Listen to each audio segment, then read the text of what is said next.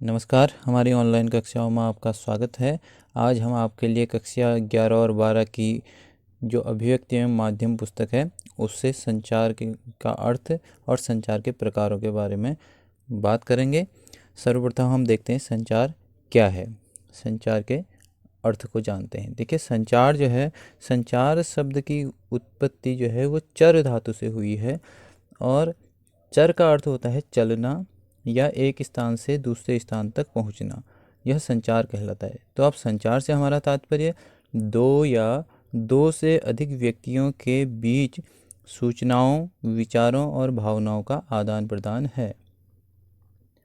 देखिए, संचार की परिभाषा हम पहले वीडियो में पढ़ चुके थे। जो संचार है चर शब्द से उत्पन्न हुआ है, चर धातु से, जो कि संस्कृत की धातु है, संस्कृत का चर धातु है और इसका अर्थ होता है चलना या एक स्थान से दूसरे स्थान तक पहुंचना।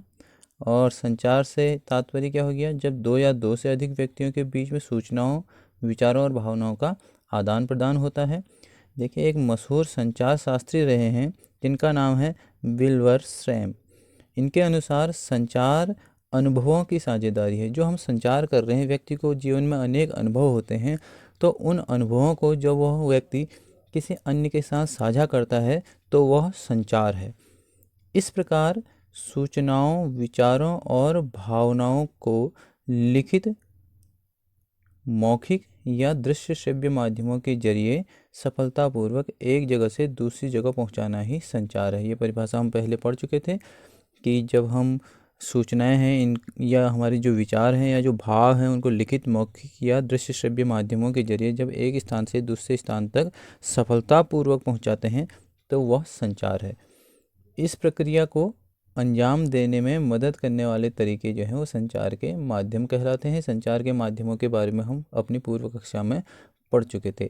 आज हम अब देखते हैं संचार के प्रकार। देखिए, अब हम देखते हैं संचार के कितने प्रकार होते हैं। सर्वप्रथम देखते हैं, संचार विभिन्न प्रकार के होते हैं पर वे परस्पर काफ़ी मिलते जुलते होते हैं। देखिए, संचार अलग अलग प्रकार के होते हैं लेकिन आपस में एक ही जैसे मिलते जुलते से प्रतीत होते हैं। इन्हें अलग करके देखना कठिन है और इन प्रकारों को अलग अलग करके हम नहीं देख सकते हैं। संचार के निम्नलिखित रूप हैं।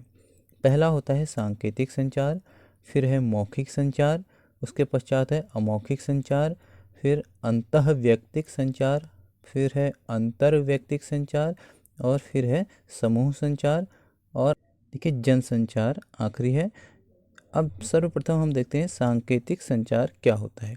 देखिए, ऐसा संचार जिसमें हम अपनी बात इशारों या संकेतों के द्वारा व्यक्त करते हैं उसे सांकेतिक संचार कहते हैं। अर्थात जब हमें कुछ बात कहनी है, हम उन्हें इशारे से या संकेतों के द्वारा दूसरे व्यक्ति के सामने व्यक्त करें, अपने विचारों को व्यक्त करें, तो उसे सांकेतिक संचार कहा जाता है। इसके पश्चात अगला आता है मौखिक संचार। मौखिक का अर्थ होता है बोलकर, अर्थात जब हम अपनी बात बोलकर व्यक्त करते हैं तो उसे मौखिक संचार कहते हैं। जब हम किसी दूसरे व्यक्ति के सामने अपने मन के भाव या विचारों को बोलकर व्यक्त करें तो वह मौखिक संचार होता है। फिर अगला संचार जो है हमारा वो आता है अमौखिक संचार। अमौखिक का अर्थ होता है बिना बोले, अर्थात जब हम अपनी बात को बिना बोले सामने वाले के पास व्यक्त करें उसे अमौखिक संचार कहते हैं। बिना बोले जब हम अपनी बात को दूसरे व्यक्ति के सामने व्यक्त कर रहे हैं, अपने भाव को व्यक्त कर रहे हैं, तो वह अमौखिक संचार कहलाता है। इसके पश्चात आता है अंतःव्यक्तिक संचार। देखिए, अंदर ही अंदर या मन में होने वाले संचार को अंतःव्यक्तिक संचार कहते हैं। इसमें संप्रेषक अर्थात जो बोल रहा है और संप्रेष्य जो सुन रहा है, जो बातें सुन रहा है, दोनों एक ही होते हैं। मतलब बोलने वाला भी वो स्वयं होता है व्यक्ति और सुनने वाला भी स्वयं होता है। जैसे उदाहरण के तौर पे पूजा करना, ध्यान लगाना या इबादत करना, यह सब अंतःव्यक्तिक संचार कहलाते हैं।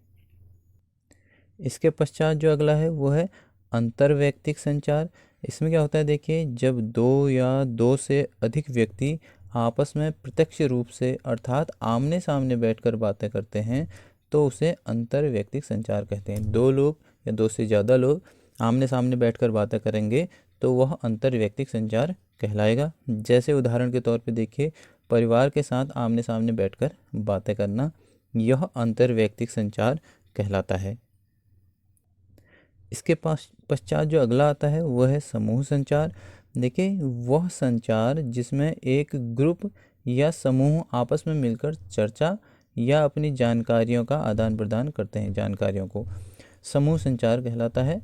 और इसका इस्तेमाल समाज और देश के सामने उपस्थित समस्याओं को बातचीत के द्वारा हल करने के लिए किया जाता है। जो समूह संचार होता है वह एक ग्रुप द्वारा मिल करके या कुछ लोगों द्वारा मिल करके आपस में बैठ करके चर्चाएं की जाती हैं, अपनी जानकारियों का आदान प्रदान किया जाता है।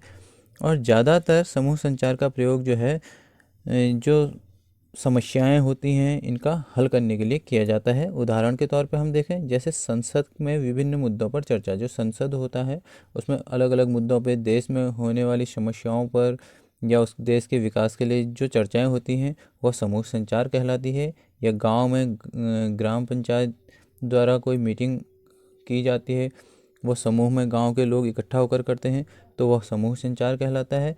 या किसी समिति की बैठक, यह सब समूह संचार के अंतर्गत आता है। इसके पश्चात जो हमारा संचार का आखिरी प्रकार है वो है जनसंचार।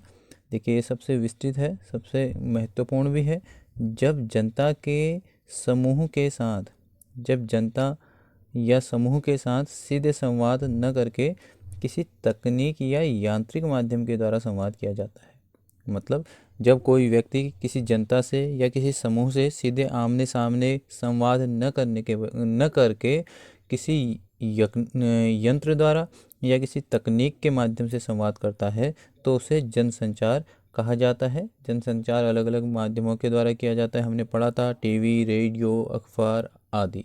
तो हम आज की कक्षा यहीं पर समाप्त करते हैं, मिलते हैं अगले कक्षा में। तब तक के लिए नमस्कार, धन्यवाद।